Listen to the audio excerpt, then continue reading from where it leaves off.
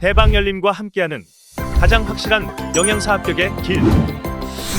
영양사 강의 진행 20여 년 이상, 수많은 합격생들이 추천하는 영양사 특강, 5인의 영양사 합격 전문 교수팀, 20여 년 이상 꾸준히 보완되어 온 강의용 교재. 유사상호를 주의하세요. 대방열림. 안녕하세요. 안녕하세요. 네, 만나서 반갑습니다. 여러분들과 앞으로 생리학, 생화학을 같이 공부해 나갈 김지연입니다. 자, 이제 우리가 또 이번에 46회, 이번에 올해 있을 이제 영양사 시험에 대비하기 위해서 모였는데요. 자, 우리가 이제 생리학, 생화학은 여러분들이 학부 시절에 다 공부는 다 해보셨던 과목이긴 해요. 그쵸?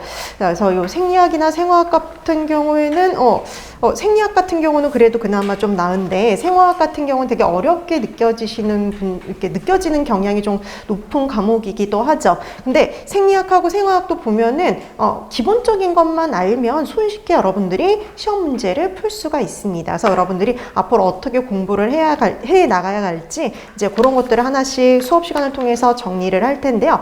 본격적으로 우리가 수업 들어가기 전에 오늘 참고 자료 프린트가 하나 나갔을 거예요. 그렇죠? 자, 그 참고 자료 프린트 한번 펴 보실까요? 참고 자료 프린트 보시면은 우리 이제 기본적으로 영양사와 관련해서 시험 과목, 그다음에 합격률, 이제 생리학의 출제 경향 이런 것들을 조금 정리를 해봤는데요. 한번 이제 참고적으로 한번 보세요. 자, 우리 시험 과목은 우리 이제 많이 줄었죠. 그래서 1교시, 2교시 과목 수는 줄지 않았는데 출제 문항수가 줄어들면서 이제 조금 간소화됐다라고 보시면 돼요. 자, 1교시는 총 120문항을 봅니다. 120문항이에요. 문항수가. 자, 그래서 영양학 및 생화학 한 과목, 이렇게 영양학하고 생화학이요, 한 과목으로 묶여 있어요. 그래서 항상 이렇게 보면 시험 문제가 이렇게 나와요. 영양학의 탄수화물과 관련된 내용, 그 다음에 생화학의 탄수화물 대사에 관련된 내용, 이렇게 섞여서 나옵니다. 그 다음에 또 영양학의 지질과 관련된 내용, 그 다음에 뭐 생화학의 지질 대사에 관련된 내용. 그래서 영양학하고 생화학의 문제가 이렇게 분리돼서 나오는데, 탄수화물은 탄수화물 대사끼리, 그 다음에 뭐 지질은 지질끼리 이렇게 묶여서 시험 문제가 출제가 된다라고 보시면 돼요. 자, 그렇게 해서 60문항. 그 중에 이제 뭐 생화학이 차지하는 분량은 적게 말하자면 13문항이지만 거기다 플러스 알파, 이게 보통 14문항 정도가 출제가 되는데 플러스 알파가 더 출제가 된다라고 얘기해 줄 수 있어요. 비타민의 조효소 파트인데요. 바로 이 비타민의 조효소 파트가 대사 부분과 관련된 시험 문제가 좀 많이 나왔어요. 여태까지. 거기서 한 두세 문제. 이렇게 해서 플러스 알파로 한 두세 문제가 더 출제될 수 있다라고 생각하시면 되고요. 자, 그 다음에 영양교육, 그 다음에 식사요법, 생리학이죠. 보니까 생리학이요, 식사요법하고 연결되어 있어요. 그래서 식사요법 및 생리학 이렇게 해서 묶여가지고 총 60문항이 또 출제가 되는데요. 여기서 이 생리학은 예전에는 생화학 정도의 비중이 있었어요. 생리학이. 그래서 예전에 이제 문항수가 많을 적에는 300문항일 적에는 생화학도 20문제, 그다음에 생리학도 20문제가 출제가 됐었는데, 이렇게 식사요법 및 생리학으로 묶이면서 생리학의 비중이 확 줄어들었어요. 그래서 기초 학문과 관련된 이 파트가 특히 많이 줄은 파트가 바로 생리학 파트라고 볼 수 있는데요. 보통 5문항 정도 출제가 됩니다. 그래서 문항수가 상당히 적은 편이죠. 그래서 여러분들이 만약에 이제 영양사 할 때는 이렇게 되게 단순하게 영양사 이제 시험 대비를 위해서는 생리학을 이렇게 간단히 하지만 나중에 뭐 임상 영양사라든지 아니면 영양교사를 준비하시는 분들은 이거보다 훨씬 더 포괄적으로 공부를 하셔야 돼요. 그래서 영양사 준비를 위해서는 우리가 되게 간단히 하지만 실제적으로 다른 뭐 임상 영양사라든지 아니면 영양교사를 준비하시는 분들이라면 좀 더 생리학을 비중 있게 공부해 두실 필요는 있어요. 자, 어떻게 됐든 이렇게 60문항에서 총 120문항이죠. 근데 시험 시간 보세요. 시험 시간은 몇 분밖에 안 돼요? 100분요. 그럼 이게 어떻단 소리예요? 문제가? 단순하단 소리예요. 그래서 단답형들이 좀 많아요. 그래서 단답형들이 가장 많고요. 그 다음에 어쩌다 한 번씩 옳은 거 찾아라 라는 좀 긴 문항에 그런 문제가 출제가 됩니다. 그래서 단답형이 대다수고, 그리고 어쩌다 한 번씩 옳은 것을 찾아라 라는 형태의 문제가 출제된다라고 보시면 돼요.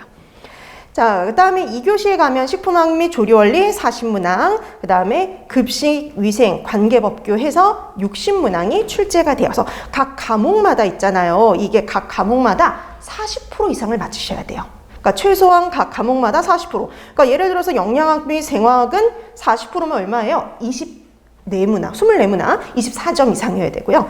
마찬가지로 영양교육, 식사요법, 생리학도 40%니까 24점 이상은 돼야 돼요. 최소한. 자, 그 다음에 식품학 및 조리원리는 16점 이상. 그 다음에 급식, 위생 및 관계법규는 24점 이상이면 돼요. 근데 이게 40%, 최소한 40% 이상이어야 되는데 최소 40% 이상이 아니면 떨어질 수 있어요. 네, 과락으로 떨어지는 거고요. 그 다음에 총 합쳐서 220문항인데 이 220문항을 60% 이상을 맞으셔야 됩니다. 60% 이상. 그럼 여러분 이게 60% 이상이면 132점이에요. 여러분들이 132점 이상을 맞아야지만 합격을 할 수가 있어요. 그래서 132점 이상인데 내가 분명 132점 이상인데 떨어졌다 그러면은 과락에서 떨어진 거예요. 40%가 안 돼서. 최소 그 과목이 40%가 안 돼서. 그래서 한 과목이라도 공부를 안 하면 안 돼요. 공부는 다 하셔야 된다고 보시면 돼요. 왜냐면 그 과락, 최소한 40% 이상은 맞아야 되기 때문에 기본적인 공부들은 다 하실 필요가 있다라고 보시면 되겠고요. 자, 근데 보통 이게 40% 이상이 안 돼서 떨어지는 것보다는 실제 어떤 게 더 많냐면 60%가 안 돼서 60% 이상, 그러니까 132점이 안 돼서 떨어지는 경우가 대다수라 보시면 돼요. 그래서 여러분들이 이제 전반적으로 이렇게 수업을 잘 이렇게 따라오시게 되면 충분히 132점 이상 충분히 맞으실 수 있습니다. 자, 그 다음에 합격률 한번 보실래요? 이거 최근 근래 10년 동안의 합격률이라고 보시면 돼요. 최근 10년 동안의 합격률. 자, 그래서 합격률을 한번 이렇게 쭉 봤더니 작년에 엄청 높지 않았어요? 제일 높았어요. 74.9%. 그래서 시험 보고 나서, 시험 보셨던 이제 분들이 다 그랬어요. 쉬웠다고 얘기를 하면 보통 70%가 넘어가는 경우가 많아요. 그래서 60%, 70% 정도 돼요. 그 다음에 시험이 좀 어려웠어요. 라고 하면 보통 50%대예요. 그래서 보통 우리가 합격률이 50%면은 그렇게 높은 편이 아니죠. 10명 중 5명은 떨어졌다는 건데, 그렇게 되는 경우가 좀 어렵다라고 하는 건데, 그때가 이제 43회 때예요. 우리 이게 딱 언제냐면은요. 우리 시험지가 지금 공개되고 있거든요. 그 공개된 첫 해라고 보시면 돼요. 그래서 공개된 첫 해에, 시험지가 공개된 첫 해에 최근래에 들어서 가장 어렵게 출제가 됐었던 거죠. 그래서 그때 시험 보고 나서 문제가 좀 어려웠어요. 그런 말을 하시는 분들이 많았어요. 자, 그 다음에 이제 44회, 45회 가면서 이때 이제 우리 코로나 터지고 이러면서요. 합격률이 막 엄청 올라갔어요. 여러분, 여러분들도 이제 코로나 사태 때문에 학교를 또 이렇게 제대로 못 나가고, 그 다음에 수업도 이제 그냥, 수강도 이제 온라인으로 하고 이런 경우가 많다 보니까 학력이 좀 떨어지는 경우가 많아요. 그래서 그걸 실제적으로. 그래서 아무래도 문제를 좀 쉽게 내지 않았을까라는 생각을 좀 해봤는데요. 그래서 합격률이 되게 높았어요. 44회, 45회. 자, 그래서 여러분 최근 10년간의 합격률을 보면은 보통 50%에서 70%대. 그래서 낮으면 50%, 그다음에 높으면 70%. 근데 이게 쉽게 나오든 어렵게 나오든 여러분들이 열심히 하셨으면 아주 손쉽게 합격을 하실 수가 있어요. 그래서 어떻게 다음에 쉽게 나올 거야, 어렵게 나올 거야, 그렇게 예상을 해서 공부하는 것보다는 여러분들이 기본을 잘 해두시면 쉽게 나오든 어렵게 나오든 어렵지 않게 합격하실 수 있다라고 생각하시면 돼요. 그래서 잘 쫓아오시면 됩니다. 자, 그럼 이제 우리가 생리학을 총 5파트로 나눠서 공부할 거거든요. 그럼 한번 보세요. 출제 영역이 소화기계, 심장 및 순환계, 비뇨기계, 혈액, 그리고 내분비계 이런 식의 구성이 되어 있죠. 자, 이렇게 구성이 되어 있는데 소화기계 파트는 크게 2가지예요. 위장관계하고 간, 담도계로 나눌 수가 있는데, 그래서 보통 시험 문제가 소화기계에서 2문항 정도 출제가 되어서 위장관 파트에서 1문제, 그리고 간, 담도계 파트에서 1문제, 보통 이렇게. 자, 그 다음에 심장 및 순환계에서 1문제, 그 다음에 비뇨기계에서 1문제, 그 다음에 혈액에서 1문제, 그리고 내분비계에서 간혹 1문제 정도 출제되기도 합니다. 그래서 보세요. 2019년도에는 5문항이 출제가 되는데 2020년에는 내분비계까지 해서 6문항이 출제가 됐고요. 근데 작년 보실래요? 작년에는 딸랑 2문항 출제됐어요. 그러니까 작년에 어디에서 이게 시험 문제가 출제가 됐었냐면 생리학 파트에서 준 대신 영양 판정 파트에서 시험 문제가 출제가 됐어요. 그래서 영양 판정 파트에서 한 3문항이 출제되면서 생리학이 2문제로 작년에 출제가 됐던 겁니다. 자, 그래서 이게 항상 이렇게 다른 과목들은 정말 딱 정해져 있어요. 다른 과목은 다 14문항, 15문항 이렇게 딱 거의 정해져 있는데 생리학 파트는 조금 그러니까 지금 계속 출제되면서 변동사항이 계속 발생한다라고 보시면 돼서 최고로 많게는 6문항, 적게는 몇 문항 문항이에요? 두 문항 이렇게 출제가 될 수 있다라고 참고해 두시면 돼요. 그러니까 보통 이제 그냥 이렇게 생각하시면 돼요. 소화기계에서 한 두 문항, 그 다음에 순환계에서 한 문항, 그 다음에 비뇨기계 하나, 그 다음에 혈액에서 한 문항. 보통 요 정도 출제되는구나 라고 보시면 되고요. 플러스 알파로 내분비계에서도 출제될 수 있다라고 감안해 두시면 되는 거죠.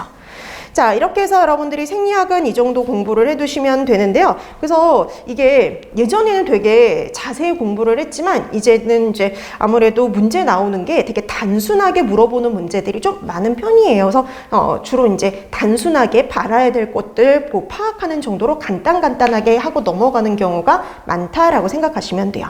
그에 비해서 생리학에 비해서 생화학은요, 한 3배 정도 더 중요하거든요. 문항수도 더 그만큼 나오니까, 15문항 정도 나오니까, 최소. 자, 그래서 우리가 생리학을 먼저 끝낼 거예요. 먼저, 그리고 여러분들이 그래도 조금 더 그래도, 생리학하고 생화학 중에 조금 더 쉬워. 이렇게 얘기하는 거 보통 생리학이잖아요. 그래서 생리학을 먼저 끝내고, 그 다음에 생화학에 들어갈 겁니다. 자, 그래서 먼저 생리학을 하고, 그 다음에 그 뒤에 이제 생리학이 끝나면 생화학에 들어간다라고 생각해 두시면 되겠고요. 생화학이 훨씬 더 중요하다라고 생각해 두시면 될 것 같아요. 자, 그럼 이제 우리가 본격적으로 수업에 들어가야 되는데, 이제 수업에 들어가기 전에 이제 이 수업이 어떻게 진행이 되는지를 간단하게 설명을 드리자면요. 첫 번째, 우리 수업 시간에는 기본 이론하고요. 이와 관련된 문제를 같이 풀어볼 거예요. 우리가 기본 이론을 하고 그 시간에 바로 문제를 풀어보게 되면 이런 이론이 접목이 돼서 어떻게 시험 문제가 출제가 되는지 그런 것들을 파악하기도 하고 복습할 수도 있기 때문에 보통 우리가 그 수업 시간 내에 이론과 그와 관련된 문제를 같이 풀어볼 거예요. 자, 그 다음에 여러분들이 제일 중요한 건 집에 가서 복습하는 거라고 보시면 돼요. 오늘 공부한 내용은 그날 바로 가서 복습을 해서 정리를 해두시면 돼요. 간단하게 정리해두기. 그래서 이렇게 정리해두시면 되고요. 그 다음에 여러분들이 복습할 수 있는 기회를 한 번 더 드립니다. 그래서 다음 주부터는 프린트물이 하나 또 나갈 거예요. 그 프린트물은 바로 뭐냐면 여러분들이 복습할 수 있는 프린트물을 나눠드립니다.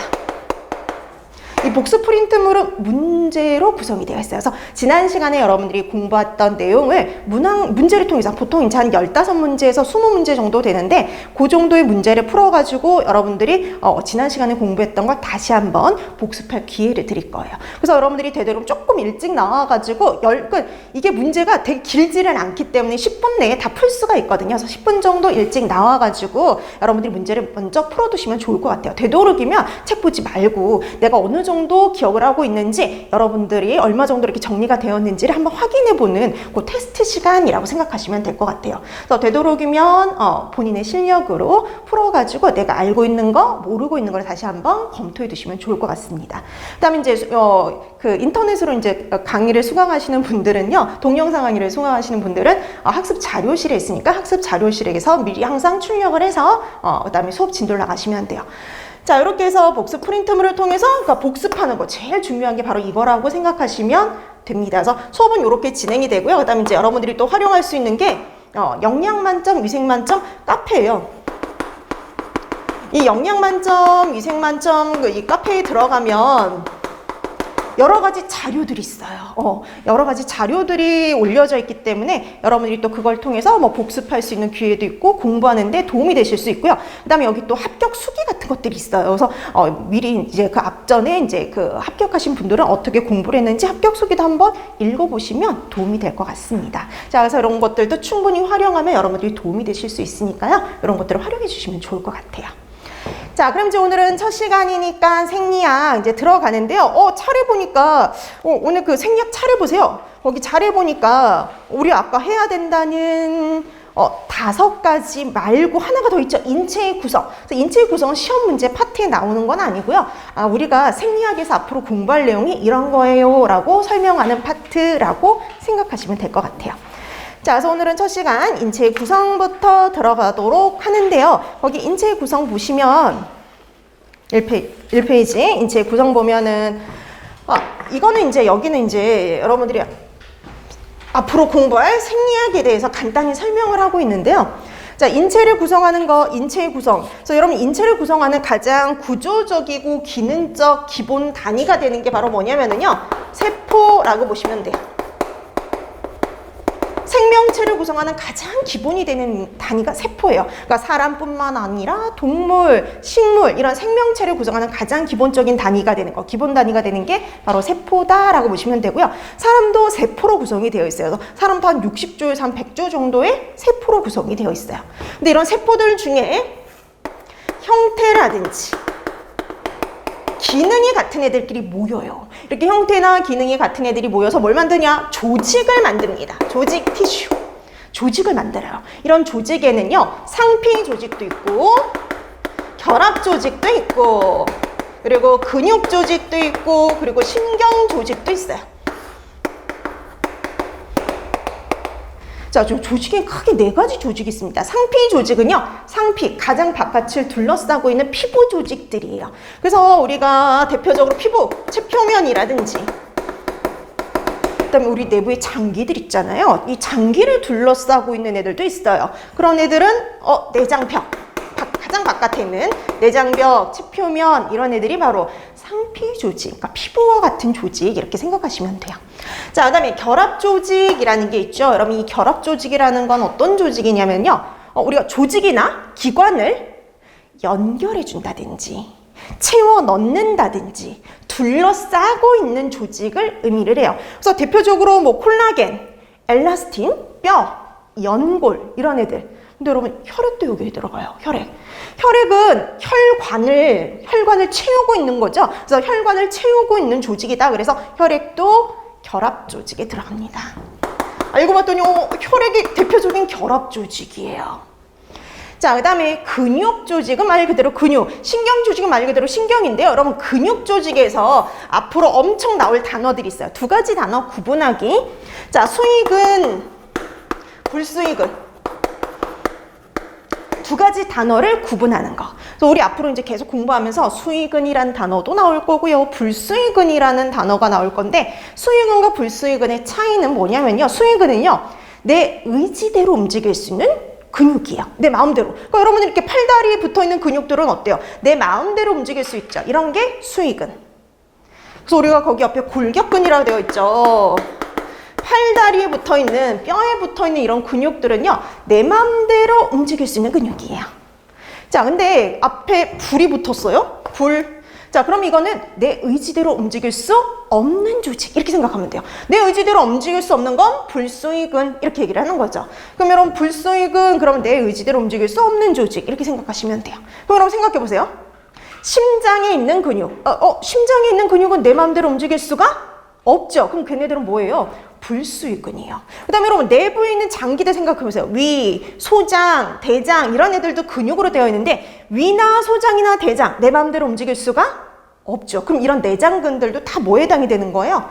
불수익근에 해당이 되는 거죠.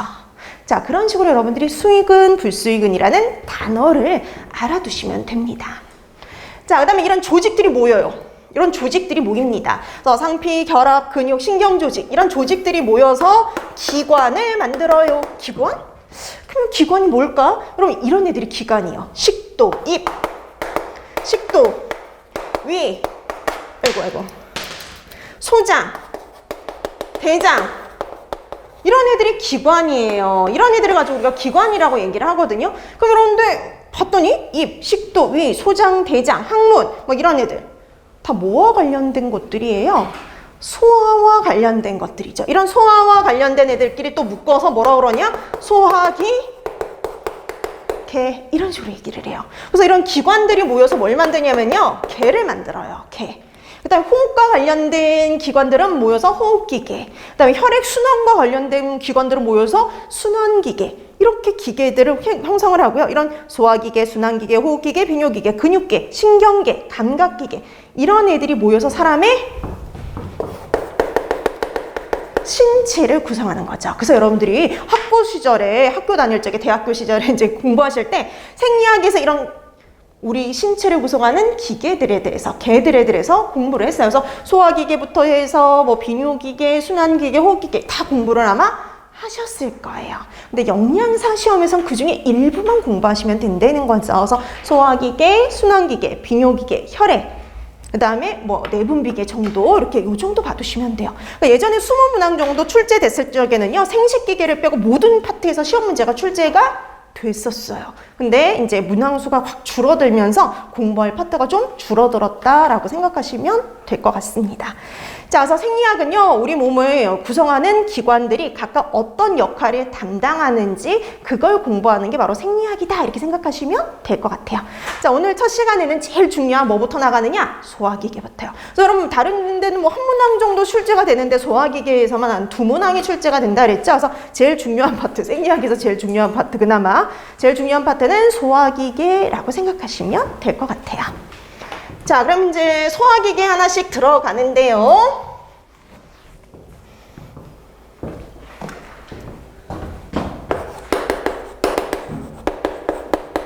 자, 소화기계의 구성 이렇게 되어 있죠. 소화기계가 어떻게 구성이 되어 있냐? 우리 음식을 먹어가지고 우리 몸에서 소화되고 흡수되고 필요 없는 건 마지막에 배설되는 것과 관련된 기관들을 묶어서 소화기계라고 얘기를 해요. 그래서 소화기계 처음에서 시작은 어디냐? 입이에요. 입, 구강.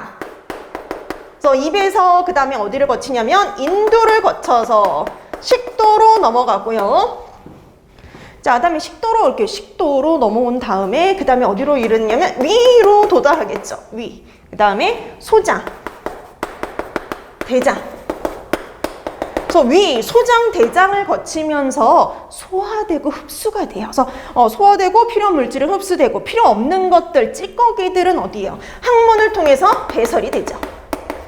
그래서 소화기계 구성이 이렇다라고 보시면 되는 겁니다. 근데 우리가 이제 좀 이따 뒤에 가서 또 공부하겠지만 소장은 다시 12지장,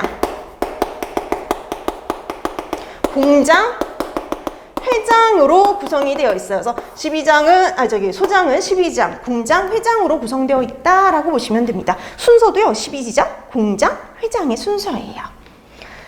자, 그 다음에 대장은요, 결장과 직장으로 구성이 되어 있습니다. 그래서 이렇게 되어 있어요. 그래서 대장은 결장, 직장, 그 다음에 항문으로 이어져 있는 거예요. 그 다음에 옆에 따로 있는 게 하나 또 있어요. 맹장이요. 우리가 일명 맹장이라고 부르는 이 파트도 대장의 일부다라고 보시면 됩니다. 자, 근데 이 결장, 결장, 직장, 맹장 이런 식으로 구성이 되어 있어요. 그래서 우리가 이렇게 소장, 대장 얘기하지만 소장도 다시 세분화되고요. 그다음에 대장도 다시 이렇게 세분화될 수 있다라고 생각하시면 될 것 같아요.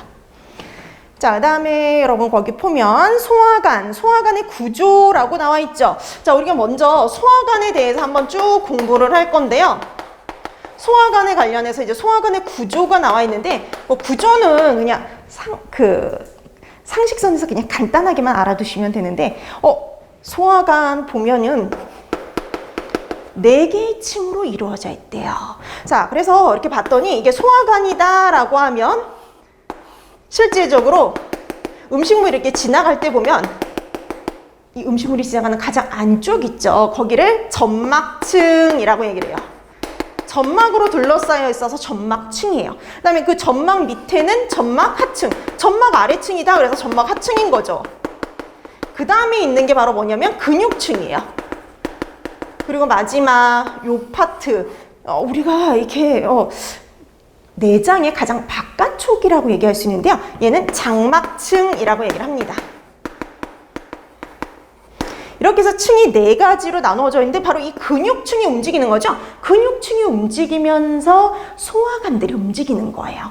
자, 근데 이런 점막 하층과 근육층 사이에 신경이 분포되어 있어요. 그래서 신경이 분포되어 있어가지고 열심히 근육을 움직이게 되는 거예요.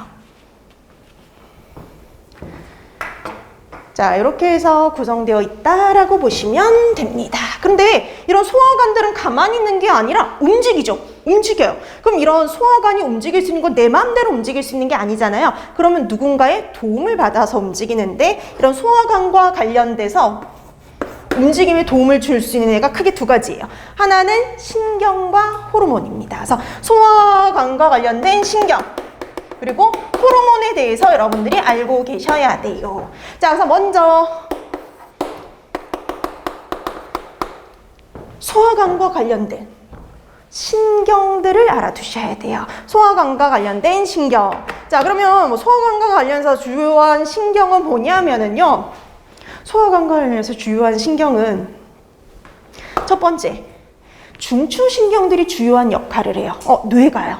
뇌가 되게 중요한 역할을 해요. 뇌와 척수가. 자, 그래서 뇌와 척수 어떤 역할을 담당을 하느냐 봤더니요. 우리 거기 책에도 나와 있지만 여러분들이 연화, 음식물을 넘긴다든지 아니면 구토, 그 다음에 타액 분비와 관련된 중추가 뇌에 존재해요. 뇌에 어디 있느냐? 연수에. 연수에 존재합니다. 그래서 연화중추, 타액분비중추, 구토중추는 연수에 존재한다. 이렇게 보시면 돼요. 자, 그다음에 두 번째, 식욕조절중추도 뇌에 있어요. 그래서 여러분들이 보면 왜 위장관이 비면, 우리 배가 비면은요 배고프다 이렇게 느끼죠. 그 위장관이 비었을 때 우리가 배고프다 이렇게 느끼는 건데 그게 뇌에 있어요.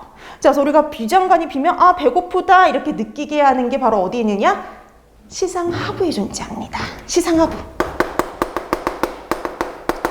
시상하부에 존재해요. 그래서 시상하부에 존재하는 이 식욕조절 중추에서 여러분들이 배고프다, 배부르다 이걸 느끼게 해주는 거예요. 그래서 만약에 여기가 망가지면 아무리 먹어도 배가 안 불러요. 자, 이렇게 섭취, 포만중추가 존재하는 것 시상하부라고 보시면 돼요.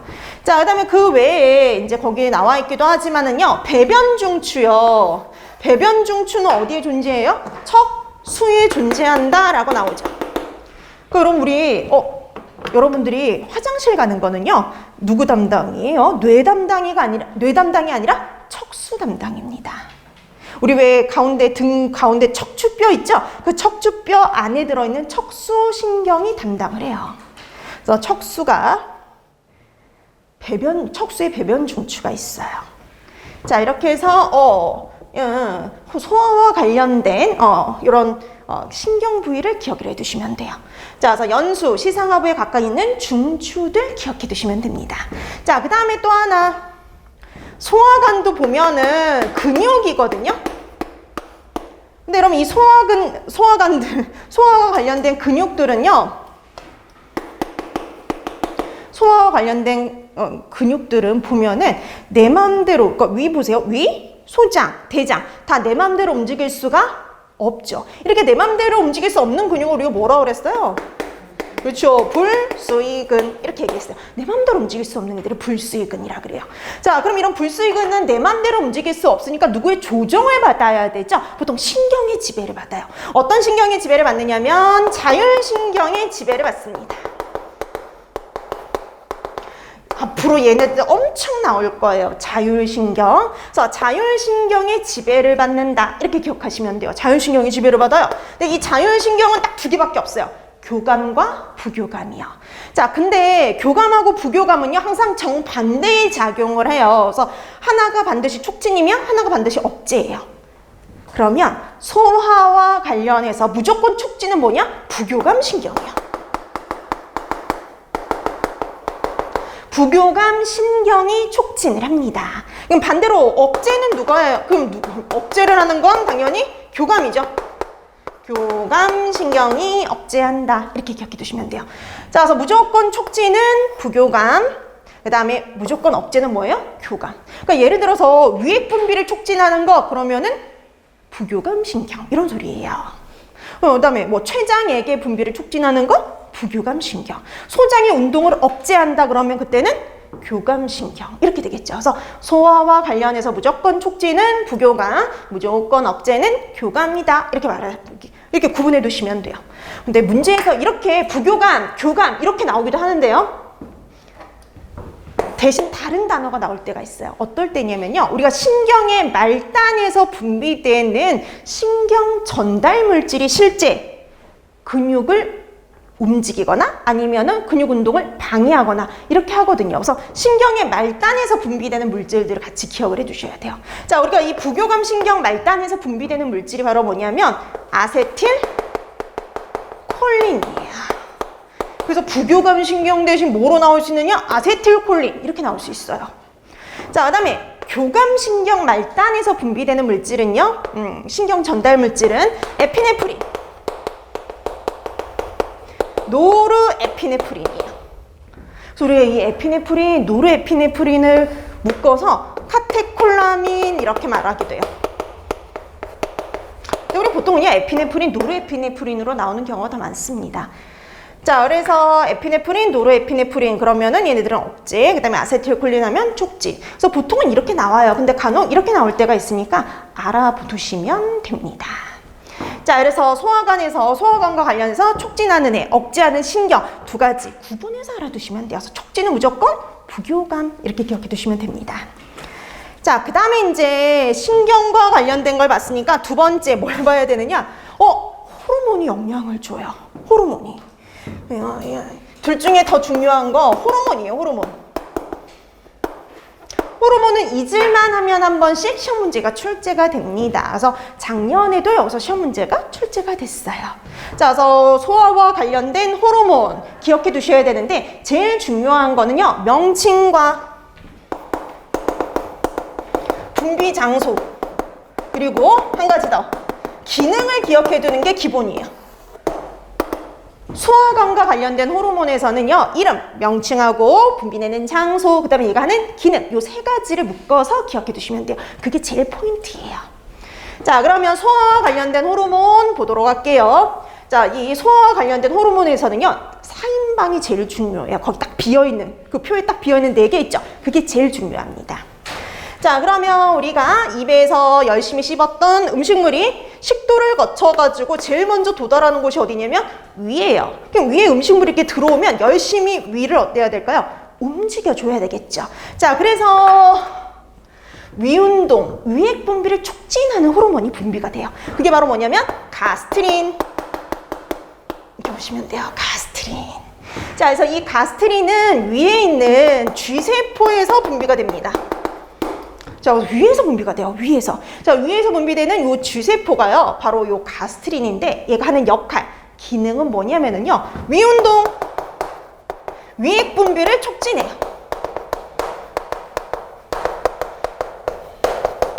자, 그래서 위운동, 위액 분비를 촉진하는 호르몬이 바로 가스트린 이렇게 보시면 돼요. 그래서 이게 작년에도 시험 문제가 나왔잖아요. 근데 이게 3년 전에도 나왔던 시험 문제예요. 그러니까 이게 비슷하게 해서, 그러니까 그때는 그냥 위액 분비를 촉진하는 호르몬이 뭐냐? 이런 식으로 시험 문제가 출제가 됐었거든요. 근데 이제 작년에는 위운동, 위액 분비를 촉진하는 호르몬은 이렇게 나왔죠. 비슷한 문제예요. 그쵸? 답은 똑같은데, 약간 이제 문제만 조금 이제 차이가 있는 거죠. 자, 그래서 위운동, 위액 분비를 촉진하는 호르몬, 그러면 가스트린. 이렇게 보시면 돼요. 자, 그 다음에 참고적으로 여러분 우리 책에 보면, 표에 보면은 한 가지가 더 있죠. 위액 분비, 그러니까 이 호르몬의 분비를 자극하는 물질. 이렇게 되어 있죠. 위에 가스트린의 분비를 자극하는 물질. 아까 제가 뭐라 그랬어요? 위에 음식물이 들어왔을 때 자극된다, 분비된다 그랬었죠. 그래서 위에 이렇게 음식물이 들어왔을 때. 그 다음에 또 하나 미주신경이래요. 미주신경이 가스트린의 분비를 촉진한대요. 네, 그럼 이게 미주신경이요. 부교감신경이에요. 부교감신경. 그러니까 여러분 이 미주신경, 우리 항상 촉진은 무조건 뭐라 그랬어요? 부교감이라고 했잖아요. 그래서 가스트린의 분비를 촉진하는 신경도 부교감, 미주신경이다 라고 봐두시면 됩니다. 자, 그러면 가스트린, 요 위에서 분비되는 가스트린에 의해서 위운동, 위액 분비를 촉진해요. 위액 분비하고, 그 다음에 위를 열심히 움직여주는 게 바로 가스트린의 역할입니다. 근데 여러분, 위가요, 되게 작아요. 짧아요. 그러니까 이게 바로 이렇게 금방 섞이다 보니까 금방 어디로 넘어가 버리냐? 12지장으로 넘어가 버릴 수 있어요. 그러면 문제가 생겨요. 아직 덜 소화가 됐는데 넘어가 버리면 안 되잖아요. 그래서 충분히 위에 머무를 시간을 줘야 되겠죠. 그래서 분비되는 호르몬이 있어요. 그게 바로 뭐냐면 엔테로가스트론. 엔테로가스트론이 하는 역할은요. 우선 분비되는 장소는 12지장이에요. 엔테로가스트론은 12지장에서 분비가 되고요. 얘는 반대로 위 배출을 억제, 위 배출을 조절하는 호르몬이다. 그래서 얘는 위운동을 억제하는 호르몬입니다. 여러분 거기 책에는 위 연동을 억제한다 이렇게 되어 있죠. 연동이 운동이에요. 연동. 그 연동 운동을 억제를 해서 좀 더 위에 머무를 수 있도록 도와주는 거예요. 여기서 배출되는 걸 조금 늦춰주는 호르몬이라고 보시면 돼요. 자, 그래서 엔테로가스트론이 하는 역할은 위운동을 억제하는 호르몬 정반대죠. 그래서 이 문제도 나온 적이 있어요. 위운동을 억제하는 호르몬이 누구냐? 이런 식으로 시험 문제가 출제가 된 적이 있습니다. 엔테로가스테론이에요. 자, 그러면 엔테로가스테론에 의해서 충분히 위에 머물렀어요. 충분히 위에 머무른 다음에 잘 섞여서 미지배 상태로 12장으로 이제 넘어가요.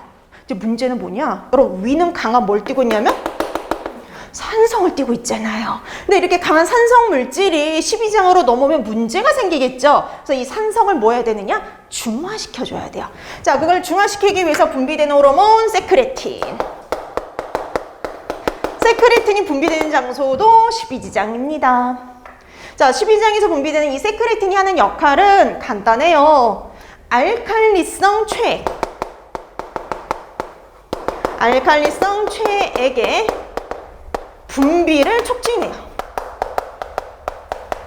그러니까 우리가 중화시키기 위해서 알칼리성 물질의 분비를 촉진하는데 그 알칼리성 물질의 대표가 누구냐? 최액, 최장액이요. 최장액. 그래서 최장액의 분비를 촉진하는 호르몬인 거예요. 그래서 이렇게 최장액의 분비를 촉진해서요, 알칼리성 산성 물질을 알칼리성인 최장액으로 중화를 시켜줘요.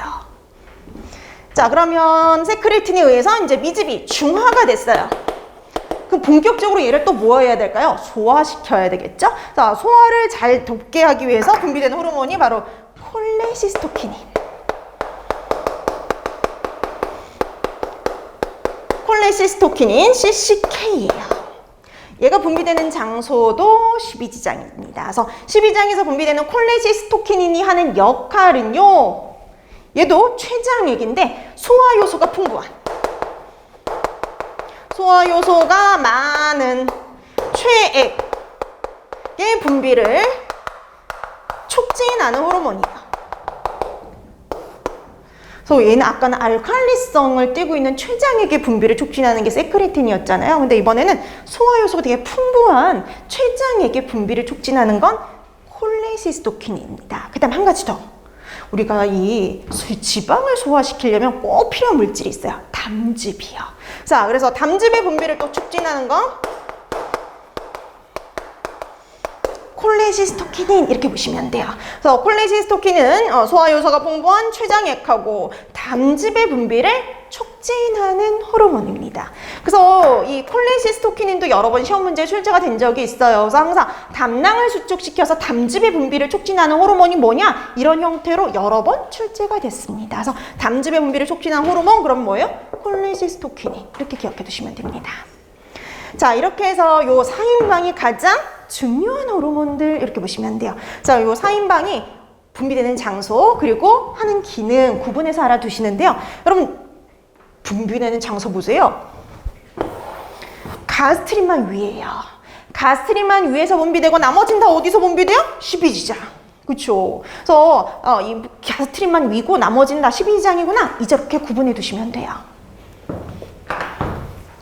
자, 그다음에 기타 그 외의 것들 한번 또 보실래요? 기타 그 외의 것들. 자, 우리 아까 콜레시스토킨에 의해서요, 잘 소화가 됐어요. 도움을 받아서 소화가 됐어요. 그 췌장액이라든지 담즙의 분비를 통해 가지고 소화가 잘 됐어요. 자, 그다음에 흡수가 돼야 되죠. 이런 흡수를 도와주는 호르몬이 바로 빌리킨이에요. 소장에서 이렇게 분비되는 빌리킨은요, 소장 점막에 있는 육모의 운동을 촉진합니다. 여러분, 소장 점막은요, 되게 특이해요. 여러분, 소장에서 대부분의 소화와 흡수가 일어나는데 흡수가 잘 일어나기 위해서 무수한 주름, 되게 쭈글쭈글해요. 표면적을 넓히기 위해서 되게 주름도 많고요, 소장은. 그 다음에 이렇게 밋밋한 것보다 이렇게 육모가 있으면요, 닿는 면적이 훨씬 더 어떠냐면 많아지죠. 그래서 무수한 주름과 육모로 덮여 있거든요. 근데 이 육모가 가만히 있는 것보다 이렇게 움직일 때 훨씬 흡수가 잘 돼요. 그래서 이런 육모의 운동을 촉진하는 게 바로 빌리킨인, 이렇게 보시면 돼요. 자, 그다음에 우리가 장액도 분비가 되는데 이런 장액의 분비를 촉진하는 호르몬은 엔테로크리닌, 이렇게 보시면 됩니다. 자, 그래서 얘네들은 그냥 참고적으로 봐두시면 돼요. 빌리킨인, 엔테로크리닌. 얘네들을 대한 뭐 이렇게 물어보는 문제는 안 나오는데요. 간혹 보기로 나오긴 합니다. 그래서 참고적으로 이런 이름들도 있구나라는 정도 파악하고 넘어가시면 돼요.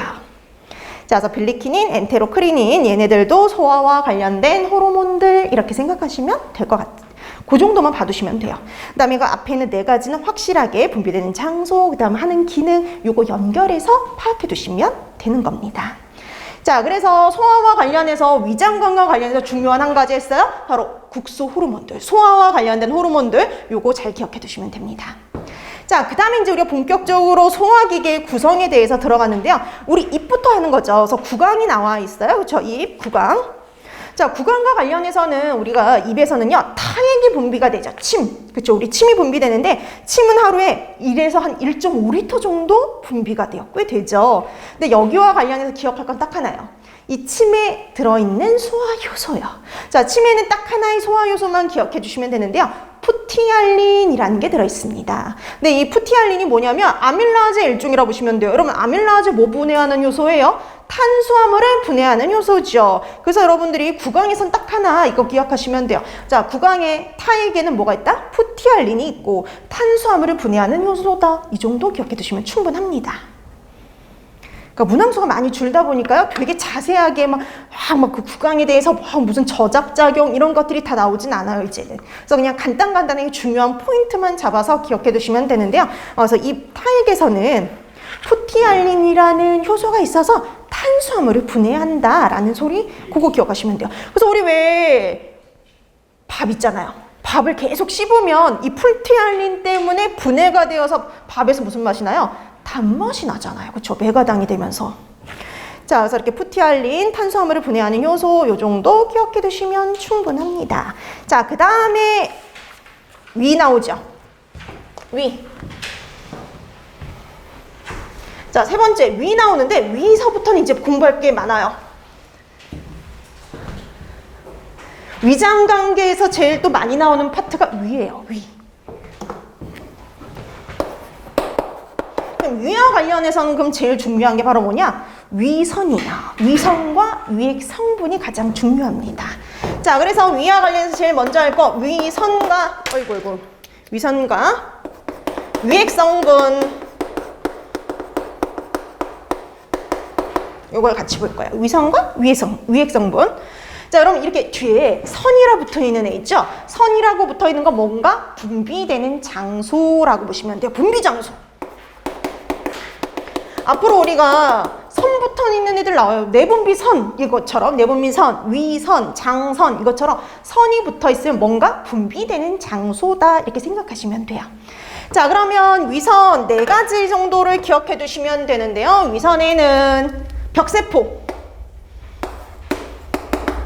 벽세포가 있고요. 그 다음에 두 번째 주세포가 있고요. 그리고 세 번째 경세포 내지는 점액세포라고도 해요. 점액세포가 있고요. 그다음에 마지막 쥐세포가 있습니다. 자, 그래서 여러분들 요 네 가지 정도 봐두시면 돼요. 벽세포, 주세포, 점액세포, 쥐세포 이렇게 네 가지를 파악해 두시면 되는데요. 여기서 각각 또 분비되는 뭐일까요? 물질, 그리고 얘네들이 하는 기능을 알아두시면 돼요.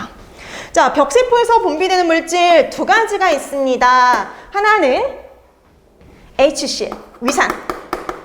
뭐 우리가 염산이라고도 하고요. HCl이에요. HCl. 오, 위산이 분비돼요. 강력한 산성을 띠고 있는 HCl, 염산이 분비되죠. 아까 우리가 위산 이렇게 말하기도 하고 염산 이렇게 말하기도 해요. 그 다음에 벽세포에서 분비되는 게 한 개 또 있어요. 내재인자. 내재인자. 뭐 내지는 내인자. 뭐 내재인자, 내지는 내인자라고 하는 물질이 분비가 돼요. 그래서 벽세포에서 분비되는 두 가지 이렇게 기억을 해두시면 됩니다. 자, 그럼 얘가 벽세포 위선이고요. 얘가 분비되는 물질. 그럼 얘는 어디 존재해요? 위액에 존재하죠. 위액 성분이에요. 위액 성분.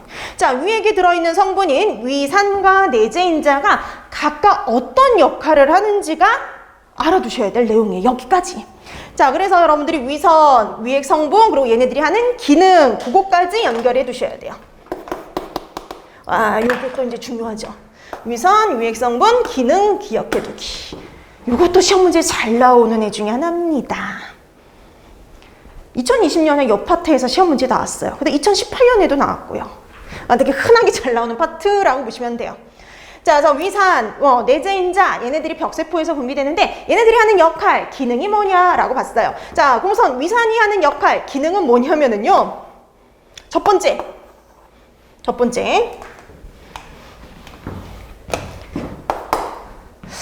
위를 강한 산성으로 만들어줘요. pH 1 내지 2. 위가요, 강력한 산성을 띠고 있어요. pH 1 내지 2 정도의 강력한 산성을 띠는 이유가 바로 HCl, 염산 때문에 그렇죠. 그 다음에 두 번째, 살균이요.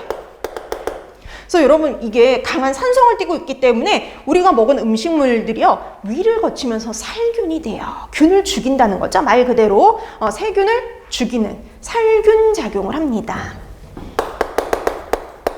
자, 그 다음에 세 번째. 이게 제일 중요한데요. 뭐니 해도. 세 번째. 펩시노겐. 프로레닌. 이름 잘 보세요. 이름에 보니까 뒤에 노겐이 붙었어요. 그 다음에 앞에 프로가 붙었어요. 이렇게 뒤에 노겐이 붙었거나 앞에 프로가 붙은 애들, 앞으로 생리학 시간이나 생화학 시간에 꽤 나오거든요. 이런 애들은 아직 능력이 없는 애, 작용 능력이 없는 애예요. 능력이 아직 없는 애, 그러니까 효소로서의 기능을 할 수 없는 애들이야. 기능이 없는 애들. 효소로서의 작용을 할 수 없는 애들. 그래서 앞에 이렇게 프로가 붙거나 뒤에 노겐이 붙으면 아직 능력이 없는 애들, 이렇게 생각하시면 돼요. 자, 그래서 이렇게 펩시노겐, 프로레니처럼 아직 능력이 없는 애들을요, 펩신, 레닌으로요, 활성화시키는 작용을 해주는 게 바로 누구냐? 염산, HCl이다 라고 보시면 돼요. HCl, 염산에 의해서 이렇게 펩신, 레닌으로 활성화가 돼요. 능력 있는 애들로 바뀝니다. 자, 그래서 여러분 이거는 정말 여기서는 되게 다양한 시험 문제가 나온 적이 있어요. 이렇게요. 위산, 염산이 분비되는 장소는, 이렇게 간단한 문제도 시험 문제에 출제가 됐었어요. 위산, 염산이 분비되는 장소는 벽세포. 이렇게 찾는 문제. 자, 그 다음에 이런 문제도 나온 적 있죠. 펩신, 노겐을 펩신으로 활성화시켜주는 물질은, 이렇게 해서 시험 문제가 나온 적도 있어요. 펩신, 노겐을 펩신으로 활성화시키는 거, 염산, 위산이 되는 거죠. 자, 이렇게 해서 여러분들이 분비되는 장소, 그 다음에 하는 기능까지 연결해 주시면 돼요. 자, 그 다음에 두 번째, 내재인자. 벽세포에서 분비되는 또 중요 물질 중에 하나가 바로 뭐냐면 내재인자예요. 근데 여러분, 우리 책에 거기 보니까 내재인자, 거기에 이렇게 되어 있죠. 항빈혈성 내재인자라는 말이 나와 있네요. 빈혈을 막아준대요. 빈혈을 막아주는 물질인 내재인자. 그 이유가 있어요. 이 내재인자가요, 비타민 B12의 흡수를 도와주는 물질이에요. 그러니까 우리가 비타민 B12가 흡수가 되려면 내재인자의 도움이 필요해요. 근데 그 내재인자가 분비되는 장소가 어디예요? 벽세포라고 보시면 돼요. 위에 있는 벽세포에서 분비가 돼요. 그래서 시험 문제 이렇게 나온 적이 있어요. 위에서 내재인자의 분비가 감소되면 일어나는 현상은, 이게 시험 문제였어요. 뭐의 흡수가 제대로 안 될까요? 비타민 B12의 흡수가 잘 안 되는 거죠. 자, 이렇게 해서 연결해 나오기도 합니다. 그럼 여러분, 만약에 비타민 B12 흡수가 제대로 안 됐어요. 그럼 뭐가 될까요? 비타민 B12가 바로 뭐에 필요하냐면은 적혈구를 만드는데 반드시 필요해요. 그럼 혈액이 제대로 생성이 되지 않으니까 그 다음에는 뭐로 이어질까요? 빈혈로 이어질 수가 있는 거죠. 그 중에서도 아예 적혈구가 생성이 되지 않는 악성 빈혈로 이어질 수 있어요. 그래서 악성 빈혈의 원인 물질이 되는 겁니다. 자, 그래서 빈혈의 원인 물질이 되니까 이게 만약에 흡수가 되지 않으면, 흡수가 줄어들게 되면은 빈혈이 올 수가 있기 때문에 항빈혈성인자라고 얘기를 하는 거예요. 자, 그래서 비타민 B12의 흡수를 도와주는 내재인자가 분비되는 것도 어디예요? 벽세포라고 기억하시면 돼요. 그래서 이게 식사요법하고 이제 또 이어지는 거죠. 그러니까 우리가 위 절제 수술을 했다든지 위장벽에 문제가 생겼다든지 이랬을 경우에는 누가 제대로 분비되지 않겠어요? 내재인자가 분비되지 않으면 그런 사람들에게서 무슨 증상이 올 수 있어요? 빈혈이 올 수 있다는 소리예요. 이렇게 이어질 수 있어요. 그래서 여러분들이 식사요법을 하기 위해서 반드시 공부해야 되는 과목이 생리학이에요. 자, 이렇게 해서 분비되는 장소, 하는 기능 연결해 두시면 될 것 같아요. 자, 자, 그 다음에 주세포. 그럼 주세포에서 분비되는 게요, 바로 펩신, 노겐. 보통 분비될 적에는요, 아직 활성화되지 않은 펩신 노겐의 상태로 분비가 됩니다. 근데 분비가 되고 나서 나중에 누구에 의해서요? HCl에 의해서 펩신으로 활성화되는 거죠. 이렇게 펩신이 되면 얘가 드디어 분해를 해요. 이거 효소입니다. 뭘 분해하는 효소냐? 단백질요. 단백질을 분해하는 효소예요. 그래서 여러분, 이 단백질을 분해하는 효소 우리 몸에 두 가지가 있어요. 펩신과 트립신이 있는데 그 중에 펩신은 어디예요? 위에 있는 성분이에요. 위에 있는 성분. 자, 그 다음에 경세포 내지는 점액세포라고 하죠. 경세포, 점액세포에서 분비되는 물질 뮤신이요. 점액물질인 뮤신이 분비가 됩니다. 그럼 이 뮤신이 하는 역할이 바로 뭐냐면은요, 위장점막을 보호하는 역할이에요. 여러분, 위가 강력한 뭘 띠고 있어요? 산성을 띠고 있잖아요. 그래서 위가 강력한 산성을 띠고 있으니까 보호를 해야 되죠. 그 다음에 여러분, 또 이 펩신오겐이 펩신으로 활성화가 되면 단백질을 또 분해하잖아요. 그러면 위장벽에 자극을 줄 수 있으니까 그런 걸 보호하기 위해서 존재하는 게 바로 뮤신이라고 보시면 돼요. 자, 그래서 위점막을 보호하는 역할을 하는 거 뮤신. 그래서 위점막이 얘가 제대로 보호가 안 되면 우리가 위에 문제가 발생할 수가 있는 거죠. 자, 그래서 이렇게 뮤신, 위점막을 보호하는 역할을 한다라고 보시면 돼요. 그러니까 우리가 위궤양이라든지 뭐 이런 것들을 막아주는 애가 바로 뮤신이라는 물질이라고 보시면 돼요. 자, 그 다음에 마지막 쥐세포라고 되어 있네요. 그래서 위염이라든지 뭐 위궤양 이런 것들을 막아주는 게 바로 뮤신이었고요. 그 다음에 마지막 쥐세포. 여러분, 쥐세포에서 분비되는 거 벌써 알고 있는데 쥐세포에서 분비되는 물질 뭐였을까요? 그치, 우리 아까 나왔던 가스트린요. 그쵸? 가스트린. 야, 이 가스트린이에요. 근데 우리 아까 했던 것 중에 요거를 빼고 먹고 넘어갔네요. 여러분, 거기 앞에 잠깐만 넘겨보실래요? 거기 잠깐. 자, 거기 앞에 그 호르몬 표 보세요. 호르몬 표 보면 옆에 혈액을 통해 운반된다라는 말이 나와 있죠. 그래서 여러분들이 꼭 기억할 거, 호르몬은요, 혈액을 통해서 운반이 돼요. 절대 소화관 내에는 존재하지 않는 물질입니다. 그래서 여러분, 거기에다가 혈액을 통해 운반 이렇게 되어 있잖아요. 혈액을 통해 운반된다는 건 소화관 내에 절대 존재하지 않는다라는 소리예요. 그러니까 혈액을 통해서 운반이 되어가지고 위를 움직이는데 그 소화 효소들을 분비하는데 이런 데에는 영향을 주지만 소화액의 분비를 도와주거나 이런 건 하지만 절대 소화관 내, 만약에 위라든지 소장 이런 데 내에는 절대 존재하지 않아요. 그러니까 그걸 둘러싸고 있는 근육이나 위 점막에는 영향을 주지만 절대 소화관 내에는 존재하지 않는 물질입니다. 자, 그 얘기를 왜 하느냐? 여러분, 가스트린이 하는 역할을 우선 다 알고 계시죠? 자, 가스트린은 위액 분비, 위운동을 촉진해요. 아까 또 했듯이 위액 분비, 특히 위산의 분비, 위산 분비, 위운동을 촉진하는 호르몬이었죠. 나머지는 다 위액 성분들이에요. 근데 절대 요 가스트린 있죠. 요 가스트린은 절대 소화관 내에 존재하지 않습니다. 소화관 내에 존재하지 않아요. 소화관에 영향을 미치지만 소화관 안쪽에는 존재하는 물질은 아니에요. 그러니까 얘는 뭐예요? 위액 성분이 아니란 소리죠. 위액 성분은 아닙니다. 그래서 여러분, 착각하면 안 돼요. 가스트린 호르몬들은요, 절대 위액이나 췌장액이나 아니면 장액의 성분이 될 수는 없어요. 자, 그래서 소화관 내에 절대 존재하지 않습니다. 위액 성분이 아니란 소리예요. 왜 이걸 이렇게 강조하느냐? 시험 문제 나오거든요. 다음 중 위액 성분에 해당하는 것은 이렇게 나와요. 위액 성분에 해당하는 거 여기 있죠? 위산, 내재인자, 펩시노겐 이런 것들이죠. 얘네까지 가능해요. 근데 누군 안 돼요? 가스트린은 안 된다라고 구분해 두세요.